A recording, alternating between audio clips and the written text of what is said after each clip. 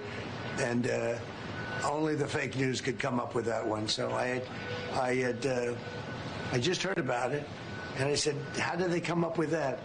It's supposed to be me as a doctor making people better, and I do make people better. I make people a lot better. As an example, the 11,000, I understand your husband's going through treatment. Right? Yes, sir.